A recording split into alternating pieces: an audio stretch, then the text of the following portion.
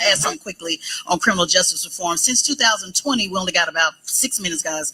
Over 1,000 Black people have been killed by police. What reforms do you think, again, this is a big question, and I know we can't answer it all, but what reforms do you think can change the game to make sure that cops are held accountable? And my question is, Donald Trump has talked about ending qualified immunity on the federal level. Do you support that, and why? Well, a couple of things. One, I think there were competing bills in the United States Senate in I believe it was the summer of 2020. There were competing bills.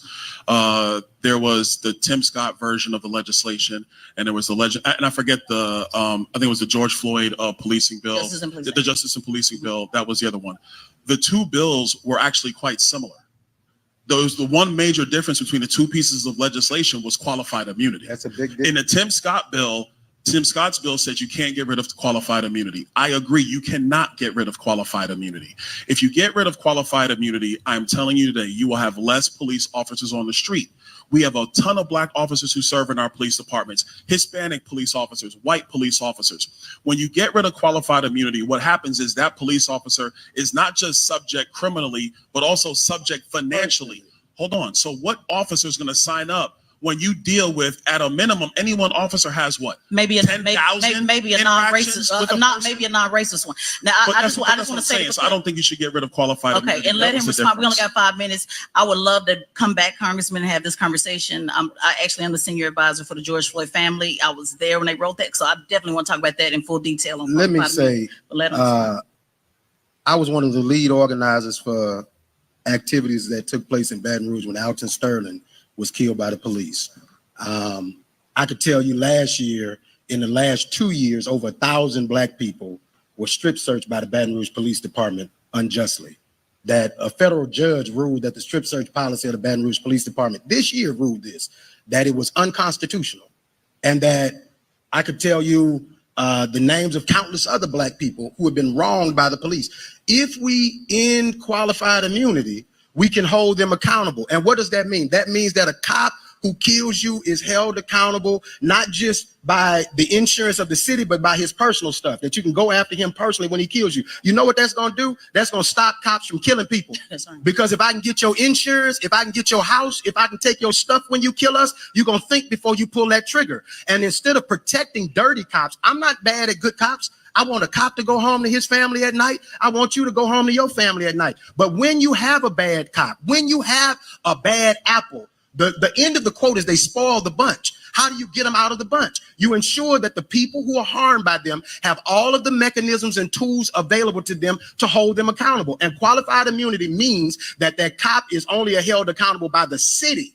Meaning, if I go out and shoot you, the city's liable for my decisions, not me. That means my wife, matter of fact, when a cop in Louisiana killed Ronald Green, when he thought that he was going to lose his job in his retirement, you know what he did? He took his car and ran it into a tree and killed himself so his wife could keep his insurance. Mm-hmm. So if I take away qualified immunity, I'd rather that bastard run into a tree than kill somebody else. Woo. Okay, so I think that you said a whole lot of things to say a bunch of nothing in some ways, because you bring up these policies. Question for you: do you support raising the federal minimum wage? No, I don't. I never have. So when we talk about the policies that he's supporting, those policies support the wealthy. He doesn't support making regular, everyday people be able to earn a higher living, because he believes that the wages are going to trickle down because the people with the majority of the money are going to pour some money into your cup all of a sudden. It never happened. The prevailing wage, the prevailing market wage right now is significantly over the minimum wage. That's actually the real impact when you look at the minimum wage at any point in time over the last 50 years, that the market wage is always over the minimum wage. The minimum wage is a wage for entry-level employment. So if, my kids are 21, 17, 13, if they have to go work in a restaurant or work on a construction site or work in a hotel or doing something like that, and by the way, in construction, you make a lot more than the minimum wage, just establish that. But if you're going to do that, they don't have the skill set to be able to demand a higher wage. That was the original purpose. $7.25 an hour. That was the original purpose of the minimum wage. And so I will tell you, in the economic data, really over 50 years now has proven that the minimum wage is not really indicative of what people are making every single day. I don't want to go into the details of everything he said, but what I will say is that no American should be making $7.25 an hour anywhere in this country. And if you got a congressman who supports keeping the federal minimum wage at $7.25 an hour, I don't care if you're 15, 16, or 21, you can't afford to pay a light bill on working 40 hours a week at $7.25. Well, let's be very clear. No American is making $7.25 an hour. That's not true. I live in South Louisiana. I guarantee you I can find you somebody making $7.25 an hour. Well, y'all heard that.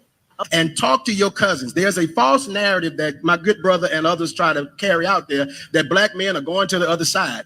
80+% of black men have voted on the right side, protecting their humanity, protecting their pockets, and advancing their communities. Black people cannot put our humanity on the shelf for our pocketbook because they will kill you on the street like a dog, and then you're going to call somebody like me to help get you justice. So the question is, listen to the people who fight for you every day. The good congressman represents a district that's majority white, but he tries to tell black people what to do. Y'all have a good evening. Ooh, well, that's give a round of applause for Congressman Donald That was and lame. Gary Chambers. I hope. Well, hey, that was his closing thoughts. I hope that you guys make sure. Yeah. What does that Is the matter? district majority white? I mean, that is he's asking. Is it? Yeah, it is. Okay. So That what does matters. matter? So he got white people to elect him and came to tell you what to do. Oh my gosh. All right, Okay. guys. That talking point doesn't mean a damn thing. We all know that. Thrilled to introduce you to something I'm incredibly proud of. My own brand of organic specialty coffee, Rudy Coffee. Believe me when I say it's the best coffee you'll ever try. It's smooth, rich, chocolatey, and gentle on your stomach. It's so good, I even recommend drinking it black. It comes in 3 varieties. You do. Best decaf you'll ever have. You can order now by scanning the QR code on your screen or by visiting rudy.coffee. By supporting Rudy Coffee, you're not just treating yourself to exceptional coffee, you're also supporting our cause, the cause of truth, What cause is that? American democracy, supporting the cause you act not This is absolutely helping hilarious. veterans. Hilarious. Rudy Coffee says he recommends drinking it black. Uh-huh. I bet you. Our pants said, Lord, not a Rudy Coffee. Oh my gosh, these guys, the grift is absolutely real, and the grift is on you guys, the American public. You see Donald Trump selling Bibles and selling watches and selling sneakers and stuff like the grift is real. That is absolutely hilarious. Austin says Rudy's coffees taste better when you're incarcerated. There's a slogan, right, Austin? Tastes better when you're behind bars. It is just yeah, Orangey. Rudy's about to be selling hot dogs in Times Square. Uh and Byron Donalds I mean, how did this guy but you know the most important thing said there, yeah, other than the qualified immunity stuff, and yeah, you take qualified immunity away, and no doubt about it, you're going to see less brutality, less murders from these police officers because it's going to come not only are with the rare cases when they get prosecuted, but they're going to be hit in the pockets, and their pensions and everything will be gone. And police officers, I've met many. The pension is the big thing. It is the be all to end all for them. Take that qualified immunity away, boom. And you have solved a good portion of the problem when it comes to police brutality and police murders. But the most important thing there, aside from that, Gary Chambers brought it home. He gonna come Butter Biscuits Donalds, as what's his name, gonna come and tell black people what to do. Gonna tell black people about minimum wage being good enough. If you heard what he said too, like they're not they're not how he phrased it, but almost as if they're not qualified enough to make more than 7.25 an hour. But he gonna tell black people all this, but he represents white people. His district is white. This is a conversation not just with one, two, three, 10 different members of the Congressional Black Caucus, which he's not. But I've had, and others have had, and including the chair, Stephen Horsford, who has said that that is really part of the issue, part of the problem. When we say, well, what are they doing? What are these black folks in Congress doing? Well, part of the problem is many of them have a majority white district that they represent. Many of them have an overwhelming majority white district. So they gotta, in some cases, not all, they gotta dance the jig, they gotta shuck and jive. And they gotta play two ends against the middle, as they say. But that was, I thought, a very important thing that uh, Gary Chambers, among all the things that he hit this idiot on. I'm sounding like Barrington, right? But you just don't like somebody who I don't, who just consistently does what Gary Chambers said. You're putting your pockets ahead of the interests and the lives, not just the material interests, but the lives of black and brown people. And that is really what you're doing. That's what Byron Donalds has done. That's what Tim Scott has done and continues to do. That's what Clarence Thomas has done and continues to do. That's what so many others who look like them have done. Orange says Donald's district is 60% white. It is a heavy leaning conservative district. And there you have it. There you have it. We're going to talk about a few things this morning, including election stress. Of course, you saw Rudy's Coffee, and he's going to have to sell more than coffee to pay his debts. How about Bloomberg and $18 million more in an investment into Morehouse and HBCU medical schools? Great story there. We'll bring you some information on that this morning. But first up, isn't it about time to folks realize that Hollywood and the world of entertainment and fashion has always been full of freak offs and freaks having freak offs? And it's not just Diddy. We see big news yesterday in the mainstream press. Abercrombie and Fitch CEO Mike Jeffries and two others were arrested as part of a criminal. I'm getting some coffee. Mind your business. As part of a criminal investigation into the alleged sex trafficking of more than a dozen victims, according to the FBI and federal prosecutors. Jeffries, his partner Matt Smith, and a third man, Jim Jacobson, are accused of operating an international sex trafficking and prostitution business that recruited young men for parties in the U.S. and abroad. Now, what they were doing is exactly what the federal government alleges that Diddy was doing. They were bringing in these guys, drugging them, paying someone to bring them in, drugging them, and having their way. They would, under the guise that they would be able to be models for Abercrombie and Fitch. They told them this is part of the test. And at first, according to prosecutors, they would tell them, hey, take this pill, take this drug. We want to do a role play. And when some of the guys would say absolutely not, then they would be forced, it would be forced upon them. The prosecutors said that the whole thing was dedicated to fulfilling the sexual desires of these head honchos and ensuring that their international sex trafficking and prostitution business was kept secret. Abercrombie and Fitch did release a statement saying that they were appalled by the allegations, but there are dozens of victims, and the Department of Justice, the FBI, and others are saying that they are actively searching for other victims. So this is entertainment world. This is the fashion world, the music world, all of that. It's we had that whole Me Too, supposedly Me Too reckoning, but it goes so much deeper that folks until now have ignored, it seems. Well, at least law enforcement has ignored.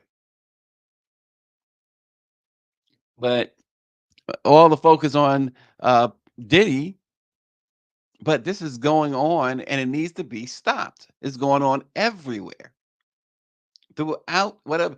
This is fashion, which is part of entertainment. And folks, um, it ain't just black entertainers. All of these stuff you hear, it's high time that these folks come to justice. I mean, this what was going on here. uh, he was the head honcho at Abercrombie, and so using that. By the way, and speaking of Hollywood, Greer, you sent me something the other day or yesterday. Shirley Temple Black. Do you have that? Because I think folks, if you haven't seen this, it shows you it goes back so long ago. This is not anything new. This the Harvey Weinstein stuff, this stuff here, it goes way back. And will we have that, Greer? The Shirley Temple Black on Larry King. She was 12 years old. Here we go. I want you guys, if you haven't seen it, check this out. Producers and directors and all the stories we've heard. When I left Fox, I went to MGM for one picture. Thank goodness, only one. And when I got there with my mother, we were separated. She went into the office of Louis B. Mayer, and I went into the office of Arthur Freed. And he was going to talk to me about a movie he wanted to put me in. I'm 12 years old, And I thought he was a producer, but instead he was an exhibitor. And I'd never seen anyone naked before, except myself. So I had no clue about what was happening. And so it struck me so funny, I laughed at him. And I laughed uproariously. I had tears, and he got infuriated. And he said, out, out, out, go. Did you tell your mother? Well, I went down. I was very quiet. I went down and met her in the lobby of the administration building. She came up very quietly from Louis B. Mayer's office. And we walked hand in hand silently to the car, which was unusual. I said, Mom, you won't believe what happened to me. And I told her what happened, and she got kind of quiet. She said, well, you don't know what happened to me.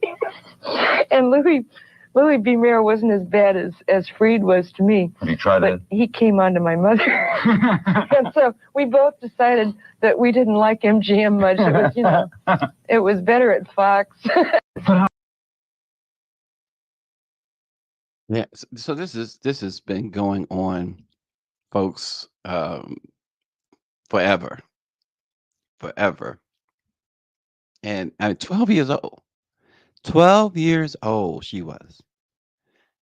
And you can imagine, and in this case with the Abercrombie CEO, they were underage individuals as alleged in the indictment, included in the men and boys that are alleged victims here. Hollywood is trash, says Orangey, from touching young kids to making it just about every black man wear a dress. I am done with that trash. Yeah, and it gives. So we heard Cat Williams, that famous interview, but it can start and makes stuff like this. When you consider it, when you think about it, it starts to make you wonder about that. Putting them in dresses. It does. It does. It starts to lend credibility to those conspiracy theorists. So, um, but this has been going on. And meanwhile, speaking of Diddy, a statement has been released by his by his children. Let's say five. His six eldest children. He's got what, eight children, right? But six eldest children: Quincy Brown, Justin, Christian, Chance, and 17-year-olds Jesse and Delilah. Is it six kids? Six kids. Okay. They issued a new statement affirming their steadfast belief in their father's innocence. And they issued a statement through social media. They said, the past month has devastated our family. The statement was posted, not only posted on social media, but accompanied a photo, which also included Diddy's mother, Janice Combs, and youngest daughter, 2-year-old Love Combs.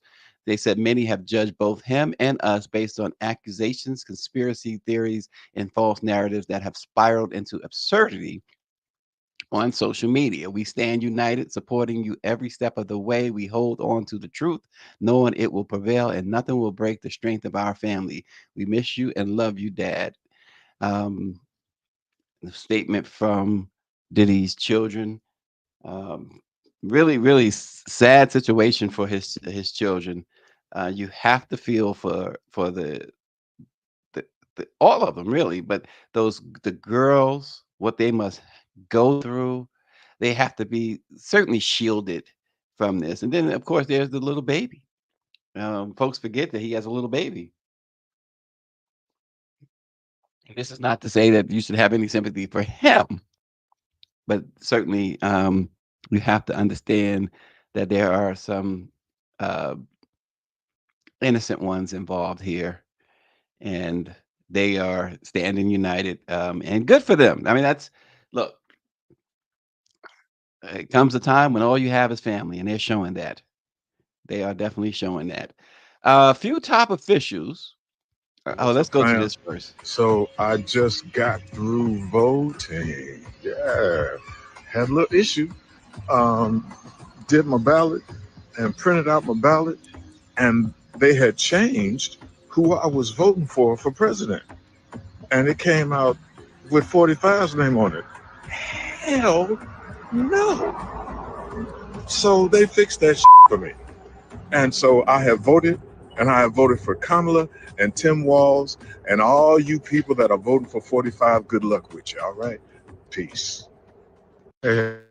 So that's another problem, right? Now he taught it. Some may not catch it. Some just may not catch it. That he cast his vote, and they put in somehow they put in the wrong information. Look, folks, it's just a fact that they are doing so many things to have the fix in here. It's there's no doubt about it. They've tried to do it legislatively. They have tried to do it. They are trying to do it legislatively. They're trying to do it through the courts. They're trying to fix this thing. They're trying to fix the election.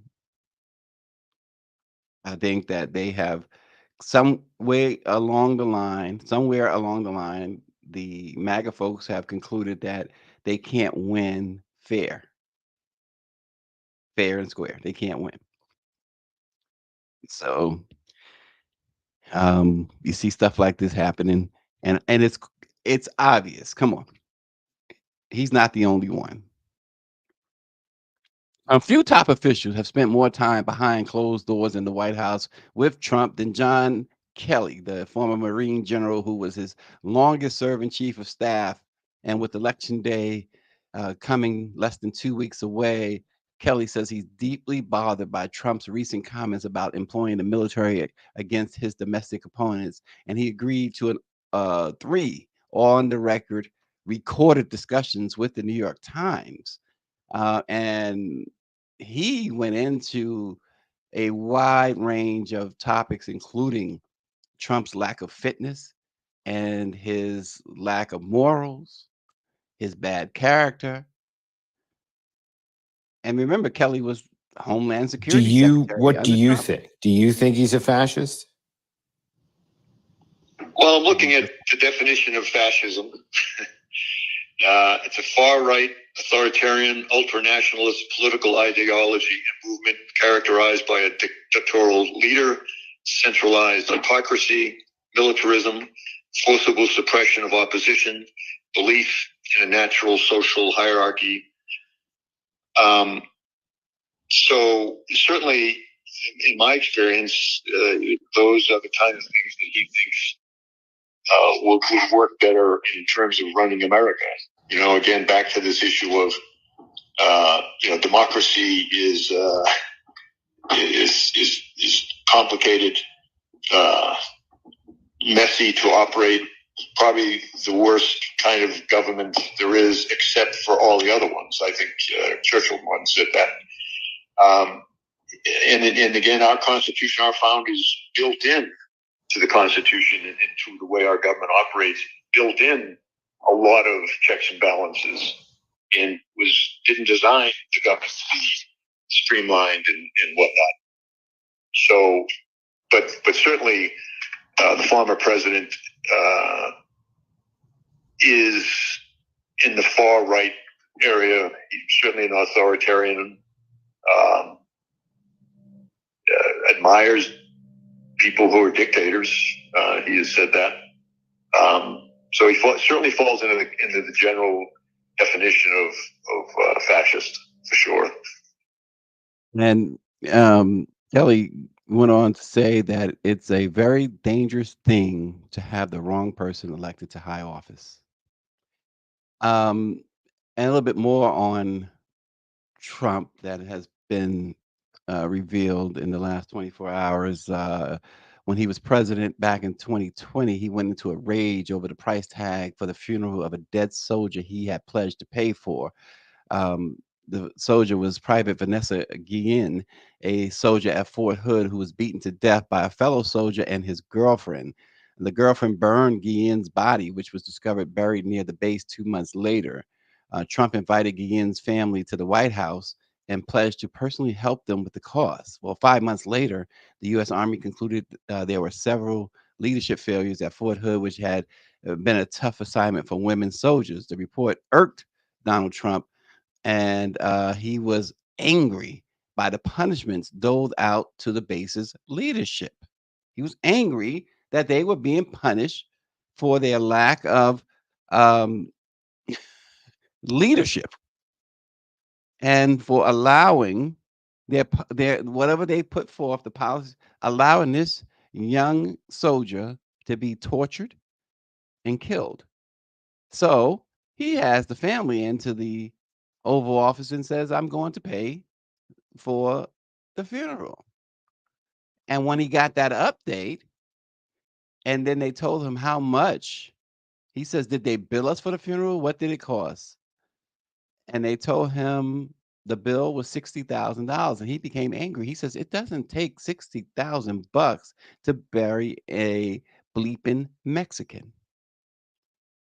He says, don't pay it. Don't pay that bill.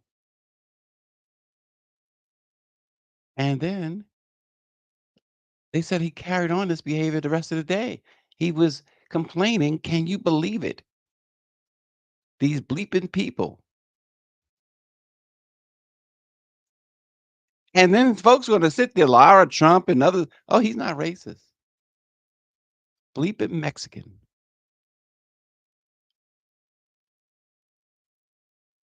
And then also, here's something else to be concerned about. We talked about everything that's to come if this guy weasels his way back into office. He has publicly named Judge Eileen Cannon to a short list of individuals he's considering appointing as Attorney General if he's reelected. They're not even hiding anymore that the fix on that trial down in Florida. She was the judge appointed to the documents case down in Florida, where he allegedly and illegally took documents, classified documents, shared and sold some of them. And she, from the outset, you had even other Republican judges say, "Oh my gosh, she's a disaster. You can't have her on that case." And every chance she got, she helped him and finally dragged it to the point where she finally dismissed the case against him, playing Jack Smith, the special prosecutor, like a fiddle, which I said long ago that he should have abandoned that case, revisited it later, but went to the January 6th case.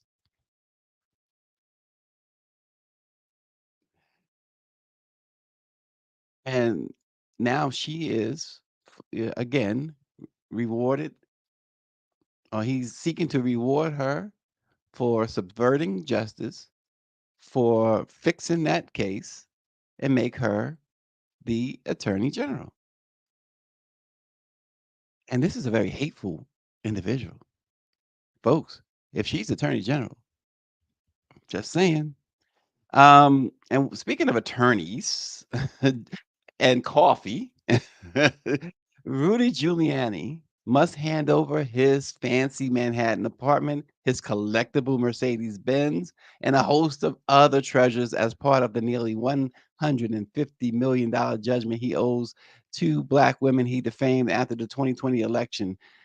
This is according to a federal judge in his ruling yesterday. The list of luxury valuables Giuliani will soon lose also includes items signed by Yankees baseball legends Joe DiMaggio and Reggie Jackson, a diamond ring, and more than 24 watches. Some of those assets are irreplaceable. The 1980 Mercedes was previously owned by actress Lauren Bacall, for instance, and one of the watches belonged to Giuliani's grandfather. Another watch was gifted to Giuliani by the president of France after the September 11th, 2001 terrorist attacks when Giuliani was mayor of New York. He has 7 days to hand over these items and more items. He has to hand them over to a receivership controlled by former Georgia election workers Ruby Freeman and Shay Moss. Giuliani repeatedly targeted these two women, as we know, with false election fraud claims as part of his efforts to overturn Trump's loss to President Joe Biden in the 2020 election. Freeman and Moss sued Giuliani for defamation, and last December, a federal judge in D.C. ordered Giuliani to pay them more than $148 million in punitive damages and for emotional distress and defamation. Giuliani went on to file Chapter 11 bankruptcy to try and shield himself from sudden financial ruin, but a New York federal bankruptcy judge dismissed his case. And Giuliani has appealed, of course, the verdict in the U.S. Court of Appeals for the D.C. Circuit, where the case is ongoing. But they say he still has to pay up, because right now he's paid none of that $148 million judgment. And he has not obtained a court stay that would have allowed him to delay paying off the debt. So the election workers requested an immediate turnover of Giuliani's assets, including his penthouse apartment in Manhattan's Upper East Side. And boy, oh boy, wouldn't it be nice, even if they don't want to live in New York, wouldn't it be nice if they just spent maybe a weekend in that apartment? Took pictures, said, "This is mine." um, the apartment, by the way, Giuliani tried to sell. He hurriedly tried to sell, and they blocked the sale of it. He put it on the market for $5.7 million. Meanwhile, he has a condominium in Palm Beach, Florida, and a court hearing on October 28th is expected to determine what happens to that condo.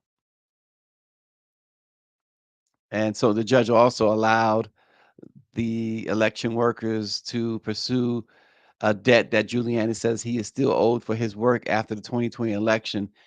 He says Trump owes him about $2 million that Trump or the Republican National Committee has not paid him yet. And so the judge says, well, that money goes to the election workers. He doesn't want to give up his Yankees World Series rings. The team had gifted him 3 World Series rings, and he claims that they were gifts to his son, and so the judge is going to decide that as well. Orange G says, I have no sympathy for Rudy. Miss Ruby Freeman and Miss Jade Moss have suffered from racist attacks and much more. I hope Rudy loses everything, including the hair dye. Oh, wow. The hair dye. I don't think they want the hair dye, RG. They probably say he could take that to prison with him because he's also indicted criminally as well. So we'll see what happens there. Early voting, folks. Democrats say they see signs of hope with the 2024 presidential election just less than 2 weeks away, as early voting has ramped up across the country. And so far, over 15 million early votes have been cast, either through mail-in ballots or in-person voting. And the breakdown, 46% of those early voters are registered Democrats, 36% are Republicans, and the remaining 18% come from other affiliations. And folks have pointed out just because they're registered Democrats or registered Republicans doesn't mean that they're going to vote that way. But for the most part, it seems that they do. But there could be a couple here and there that don't vote along party lines. But it's still, Democrats see reason for hope there. As early voting numbers are particularly important this year because both major campaigns have pushed hard to lock in votes early, especially in key battleground states. And so in Georgia, where Biden narrowly edged out Trump in 2020, nearly 1.7 million early votes have been cast. And it's a tight race. 49% of those voters are Republicans and 46% are Democrats.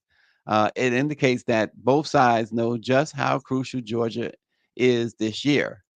And in Wisconsin, another state that played a pivotal role in Biden's victory, over 326,000 people have already voted early. And in Wisconsin, Democrats lead with 40% of the vote compared to just 19% from Republicans. And if you go over to Michigan, another battleground state, Biden's lead in early voting, or Harris's lead in early voting is even clearer, with 54% of the 1 million early votes coming from Democrats and 36% from Republicans. The story is similar in Pennsylvania, a state that Biden won by a slim margin in 2020. Already 921,720 early votes have been cast, and Democrats hold a huge advantage there with 64% of those votes compared to 27% from Republicans. And of course, not forget Nevada, another critical state in the 2020 election. So far, 247,738 early votes have been logged, with 40% of those coming from Democrats, 35% from Republicans, and 25% from those who marked other.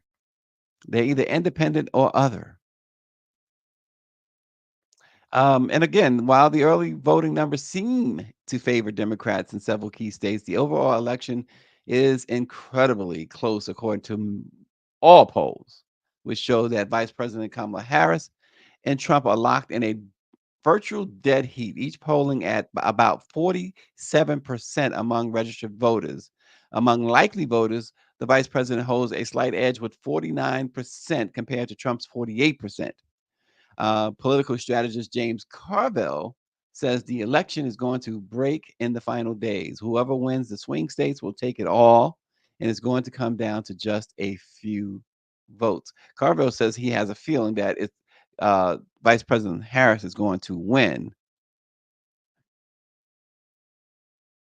And then tell you what, we just saw Ted Cruz there, who is in deep trouble in Texas, fighting a extremely close race with Colin Allred. Some polls have Allred up in that race. And so he's in danger of losing his Senate seat there, which would be really interesting. Really interesting. Power 96 says David Duke is supporting Jill Stein. And early voting in Maryland, according to Michelle Madison, begins tomorrow. She's going to be an election judge. And she says the training was intense. Daniela Pierre says we will be kicking up our election efforts here in Miami-Dade by participating in the National Vote Early Day on Tuesday, October 29th. Good information, folks. Really appreciate you guys writing in with that information, with all the information you put in. And speaking of the election, stress is a big thing. Americans are feeling the pressure. Election anxiety is at an all-time high, and the numbers back it up. According to a new study from the American Psychological Association, the APA, 70% of Americans are deeply concerned about the upcoming election, with many fearing that the results could even lead to violence. This is the highest level of election-related stress we've ever seen in America, and it's a sharp increase from previous years. Back in 2020, about 68% of people reported stress related to the election. And in 2016, that number was only 52%. But this year, the tension is palpable. 77% of Americans say their top worry is about the future of the country itself. 73% are stressed about the economy. The election is its own source of anxiety for 69% of Americans as political divisions deepen and people worry about what could happen if the results are contested or unclear. One of the most alarming statistics from this poll is that 72% of people fear the election could lead to actual violence, and more than half, 56%, believe this election could mark the end of democracy in the United States. Healthcare crime and global tensions are adding to the pressure. 55% of people citing concerns over healthcare, and 54% worried about crime. Mass shootings, misinformation, and housing costs are also major sources of stress, was around 60% of Americans feeling overwhelmed by these issues. And a personal toll that the stress is taking, the poll shows that about 32% of Americans say the political climate has strained their relationship with family members. And 41% have even considered moving to another country because of the political tensions here in the US. Nearly 40% of people are thinking about moving to another state altogether just to get away from the divisive atmosphere. It's amazing, right? Mike V says that President Biden got 46% of the vote in 2020 in Texas. He says Texas is not insurmountable at this point for Democrats. And I believe the vice president is headed to Texas in the next couple of days. In fact, Mike V, I think that they have realized that Texas is very much in play. Power 96 is going to put on a mask. He's going to dress as Byron Donalds and vote on Halloween. He says I will be grilling after he vote. He didn't say he's going to put on a mask though. He says free barbecue for Harris and Walz voters. Trump voters can go somewhere else and eat a cold sandwich. That's discrimination. He's going to give Trump voters. He's sending Trump voters to go get a cold sandwich while he's going to make some hot barbecue for Harrison Walz's folks. Come on now. You got to be more bipartisan.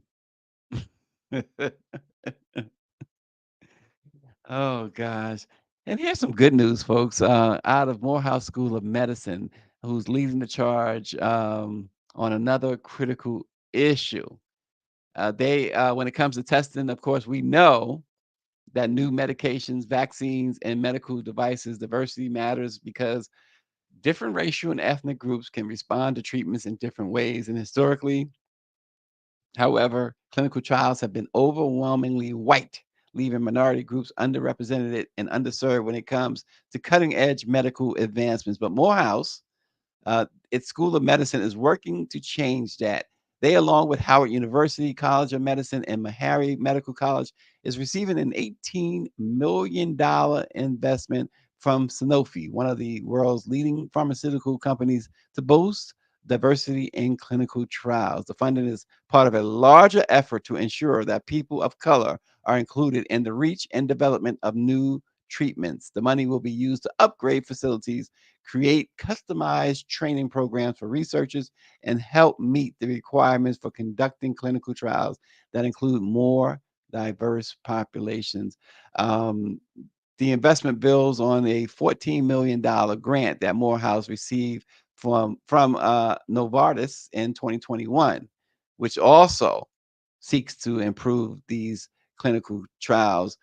In August, Michael Bloomberg's organization announced a $600 million gift to HBCUs, including Morehouse School of Medicine. Of that total, Morehouse received $175 million, which is the largest single donation in the school's history. And so they're trying to turn out more trials and more people of color in these clinical trials, and turn out more professionals of color, more doctors, nurses, and other medical professionals.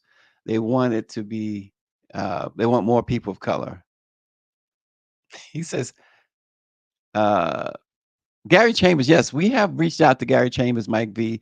And RNG says he is an equal opportunity discriminator. Clarence Thomas gets a hot piece of charcoal. And yes, Mike V, that's what a DE&I initiative is supposed to look like. Exactly. Finally, this morning, Black Americans are more worried than others than when it comes to crime in the U.S. In a survey conducted by crimechannel.org, 72% of Black Americans reported being worried about crime compared to 68% of white Americans. It's the narrative, right? You see how the narrative, when you actually talk to Black folks, you get to know things about Black folks instead of the stereotypes, instead of the assumptions, presumptions that we see in mainstream media, which will have you believe that only white people are concerned about crime. And the study goes on to show that while the numbers are close, they reflect deeper anxieties within the Black community, where concerns about personal safety and the criminal justice system remain high. Generation Xers seem to have the most fear about crime, with 76% saying they are concerned. And the fear isn't just academic. 80% of Americans overall say crime impacts their daily decisions about where they go and what they do. You know, that's a huge, huge number. It shows just how pervasive these concerns are, regardless of racial or political background. What's also interesting is that this concern over crime is likely to play a big role in the election next month. 70% of voters said that crime will be an important issue when they head to the polls next month.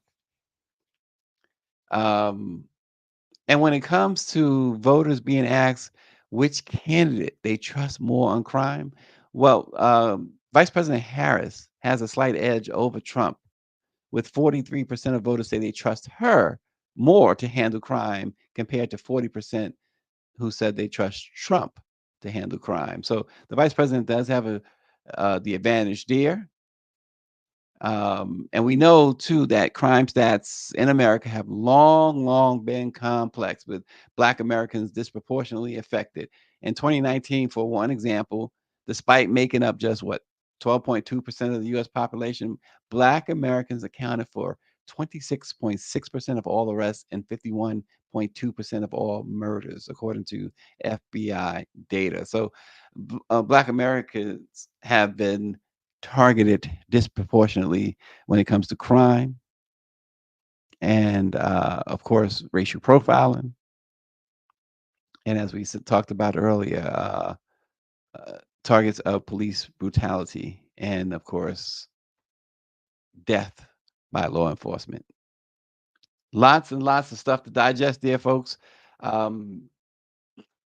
Keep checking back with us as we continue to try and bring you news you can use, and in a way you can use it. Only on Let It Be Known. We try to give it to you just the way it is and take your voices into account, because that's what's important. So go to our YouTube page again and hit subscribe and share it with everybody else. Daniela Pierre says public safety and security is indeed on the ballot in Miami-Dade. For the first time in over 50 years, voters will elect a sheriff. There you have it. See, you guys bring the news for us too, and we appreciate that very much. Again, subscribe, LIBK-news at YouTube, and tell other people about us. Share it, share it, share it. The election is coming up, and we're going to bring you some actually we're going to bring you some good stuff. I'll put it to you that way. We're going to bring you some good stuff leading up to the election and on election day. Oren G says, I shout out Let It Be Known every Monday, Wednesday, and Friday on his show, the Oren G Swag Sports. I've been tuning in. This guy is absolutely hilarious. He's absolutely hilarious. You got to check him out on Monday, Wednesdays, and Fridays on YouTube, the Oren G Swag Sports. He had a watch party on the other day, and it was really interesting because I know he was probably sitting back. I don't know what kind of beer he's drinking, but he's got the crawfish going. He got the grill going anyway. I don't know what's on the grill sometimes, but you got to check him out. Check out Michelle's Delicious Delights as well on social media. Subscribe. That would be nice for Michelle. She is extremely, extremely fun to watch as well. So check us all out. Stay black. And we'll see you tomorrow. Thanks for watching.